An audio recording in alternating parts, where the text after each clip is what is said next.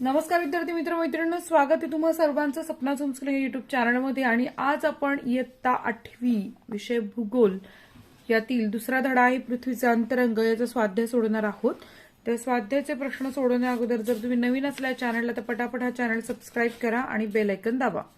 प्रश्न पहिला आहे, अचूक पर्यायासमोरील चौकटीत बरोबर अशी खूण करा। भूकवचाचे हे दोन थर आहेत, बाह्य व अंतर कवच, खंडीय महासागरीय कवच, भूपृष्ठ महासागरीय कवच की प्रावरण व गाभा। खंडीय महासागरीय कवचाच्या पुढे तुम्ही बरोबरची खूण करा। पुढचा प्रश्न आहे, प्रावरण व भूकवचात पुढीलपैकी कोणता घटक सामायिक असतो? सिलिका, मॅग्नेशियम, अॅल्युमिनियम की लोह? मॅग्नेशियम समोर तुम्ही बरोबरची खूण करा। पुढचा प्रश्न आहे, अंतर्गाभा खालीलपैकी कोणत्या अवस्थेत आहे? वायुरूप, घनरूप, द्रवरूप की अर्ध घनरूप? तर याचं उत्तर येणार आहे घनरूप। त्यासमोर तुम्ही बरोबरची खूण करा।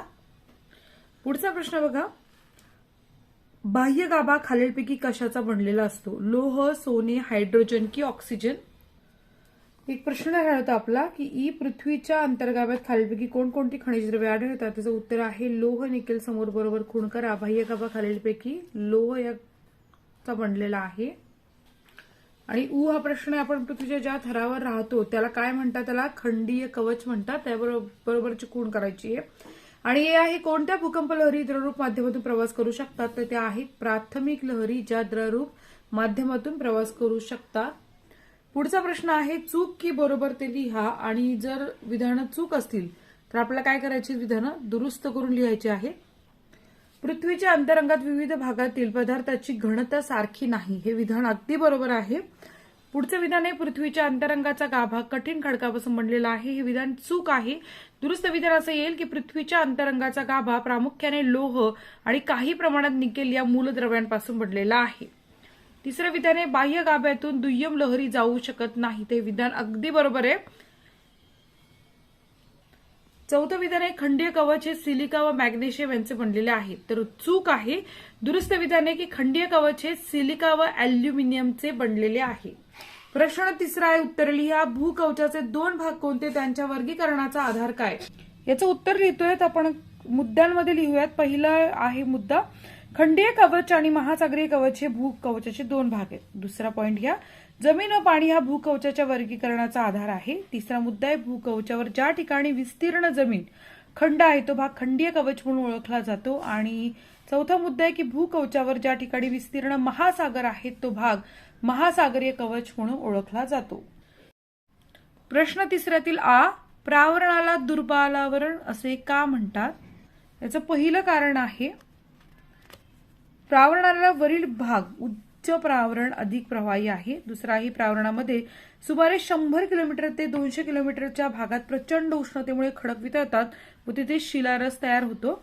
आणि तिसरा आहे, प्रचंड दाब व उष्णता यामुळे प्रावरणात अंतर्गत हालचाली होतात व परिणामी भूपृष्ठावर भूकंप, ज्वालामुखी, पर्वत निर्मिती, द्रोणी निर्मिती यांसारख्या प्रक्रिया घडतात। प्रावरणात अनेक प्रकारच्या हालचाली व भौगोलिक प्रक्रिया सातत्याने घडत येत असल्यामुळे प्रावरणाला दुर्बलावरण असे म्हणतात।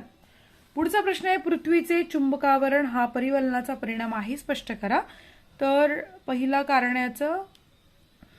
मुद्दा आहे, पृथ्वीच्या अंतरंगातील बाह्य गाभ्याचे तापमान सुमारे 5000 सेल्सिअस आहे व अंतर्गाभ्याचे तापमान सुमारे 6000 सेल्सिअस आहे। तापमानातील या फरकामुळे अंतरंगातील अंतर्गाभ्यातून बाह्य गाभ्याकडे ऊर्ध्वगामी प्रवाह तयार होतात। दुसरं आहे, पृथ्वीच्या परिवलनामुळे या ऊर्ध्वगामी प्रवाहांना भोवऱ्याप्रमाणे चक्राकार गती प्राप्त होते। तिसरा मुद्दा आहे, चक्राकार गतीमुळे भोवऱ्यामध्ये विद्युत प्रवाहांची निर्मिती होऊन चुंबकीय क्षेत्र निर्माण होते। आणि चौथा मुद्दा आहे, या चुंबकीय क्षेत्रामुळे पृथ्वीभोवती एक आवरण तयार होते व त्याला चुंबकीय आवरण म्हणतात। आणि अशा प्रकारे पृथ्वीचे चुंबकावरण हा परिवलनाचा परिणाम आहे। प्रश्न चौथा आहे, सुबक आकृत्या काढून नावे द्या। तर पृथ्वीचे अंतरंगन, चुंबकीय ध्रुव व विषुववृत्त यांच्या आकृत्या काढायच्या आहेत। तर आपल्याला पहिली आकृती जी पृथ्वीचे अंतरंग दाखवणारी प्रतिमा, ही आपण आकृती अशा प्रकारे काढायची आहे। आता ही वहीमध्ये पण अशीच काढायची, इथे पेनानं काढली कारण तुम्हाला ठळक दिसावी म्हणून, परंतु वास्तविक फक्त पेपरमध्ये तुम्ही पेन्सिलनंच आकृती काढायची आहे, पेनचा वापर करायचा नाही, हे लक्षात ठेवा। आपली पुढची आकृती आहे भूचुंबकीय ध्रुव व विषुववृत्त। आकृती लक्षपूर्वक बघून घ्याल आणि त्याप्रमाणे ही आकृती तुमच्या वह्यांमध्ये काढायची, व्यवस्थित काढायला सोपी आहे। नीट नावं लक्षात ठेवली तर तुम्हाला पूर्ण पैकीच्या पैकी मार्क मिळतील याचे. आकृती पेन्सिलनं काढा, पेन्सिलनंच नावं द्या. प्रश्न 5 आहे, भौगोलिक कारणे लिहा. तर आपल्याला पहिलं कारण लिहायचं भौगोलिक. पृथ्वीच्या अंतरंगात फरक आढळतो. पहिला प्रश्न आपला, याचं उत्तर लिहूयात आपण, तेही मुद्द्यांमध्येच लिहूयात. पहिला मुद्दा आहे, पृथ्वीच्या अंतरंगातील भूकवच, प्रावरण आणि गाभा या प्रमुख 3 थरात आढळणाऱ्या मूलद्रव्यात, खनिजात, तापमानात व दाबात भिन्नता आहे. दुसरं कारण आहे, पृथ्वीच्या अंतरंगात अखंडीय कवच, महासागरीय कवच आणि भूकवच, प्रावरण, उच्च प्रावरण, निम्न प्रावरण, प्रावरण व गाभा, बाह्य गाभा व अंतर्गाभा यांना एकमेकांपासून विलग करणारे संक्रमण थर आहेत. अशा प्रकारे पृथ्वीच्या अंतरंगात फरक आढळतो. पुढचा प्रश्न आहे, मूलद्रव्यांची घनता आणि अंतरंगातील त्यांचे स्थानाचा सहसंबंध सांगा. तर पहिलं कारण लिहूयात भौगोलिक कारण. पृथ्वीच्या अंतरंगात सिलिकॉन, अल्युमिनियम, मॅग्नेशियम, निकेल व आयन ही मूलद्रव्ये आढळतात. दुसरं कारण आहे, मूलद्रव्यांची घनता जसजशी वाढत जाते तसतसे त्यांचे पृथ्वीच्या अंतरंगातील स्थान अधिक खोल होत जाते. पुढचं कारण आहे, अशा प्रकारे मूलद्रव्यांची घनता आणि अंतरंगातील त्यांचे स्थान यांचा सहसंबंध आहे. पुढचा प्रश्न आहे, प्रावरण हे भूकंप व ज्वालामुखींचे केंद्र आहे. त्याचं भौगोलिक कारण लिहूयात. प्रावरण हे जास्त प्रवाही असते आणि त्याच भागात शिलारस, कोठी आढळतात. दुसरं आहे कारण, प्रावरणातील अंतर्गत शक्तीमुळे होणाऱ्या हालचालीतून भूपृष्ठावर भूकंप व ज्वालामुखी यांसारख्या प्रक्रिया घडतात. पुढचा प्रश्न आहे, भूपृष्ठापेक्षा सागरपृष्ठाखाली अंतरंगाच्या थरांची जाडी कमी आढळते. तर याचं कारण आहे भौगोलिक कारण. पहिलं म्हणजे भूपृष्ठाखालील अंतरंगाची म्हणजेच खंडीय कवचाची घनता तुलनेनं कमी असल्यामुळे खंडीय कवच प्रावरणावर सहजपणे तरंगत राहते, त्यामुळे ते प्रावरणात विलीन होत नाही व त्याची जाडी अधिक होते. दुसरं कारण आहे, याउलट सागर पृष्ठाखालील अंतरंगाची घनता तुलनेनं जास्त असल्यामुळे महासागरीय कवचाचा काही थर सातत्याने प्रावरणात विलीन होत राहतो व त्याची जाडी तुलनेनं कमी होते. त्यामुळे भूपृष्ठापेक्षा सागर पृष्ठाखाली अंतरंगाच्या थराची जाडी कमी आढळते. प्रश्न पुढचा आहे, चुंबकावरणामुळे पृथ्वीचे संरक्षण होते.